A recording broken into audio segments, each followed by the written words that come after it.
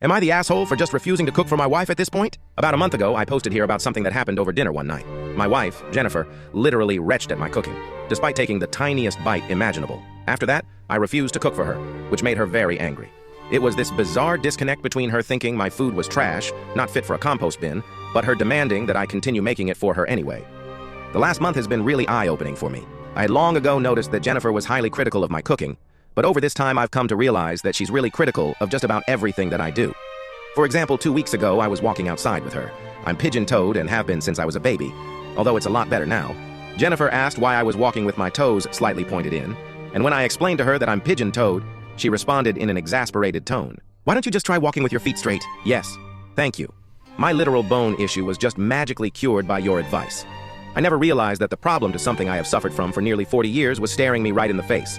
At least now, if I know I'll ever get cancer, one can just get rid of it by deciding not to have cancer. You see, I never really noticed how critical she is towards me on virtually everything I do. She's just more forward about my cooking. For example, when she walks into my home office, she scrunches up her face in this really displeased way. I don't think she likes the interior, which, designed, because she wants nothing but white and gray in every room in the house. Whenever I try to do the laundry, she'll hear me open the washing machine door and beeline over to backseat me through the whole process. This is coming from a woman who once ruined a $1,500 suit of mine because she thought bleach would be the perfect stain remover, by the way. When I was explaining an issue I had with my colleague to her, she took my colleague's side despite her being objectively in the wrong from an industry standpoint. My wife was adamant, though. I must have been the one to screw things up. I'm honestly just exhausted. The criticism of my cooking was the worst, yes, but it really just overshadowed everything else she always found fault with me on.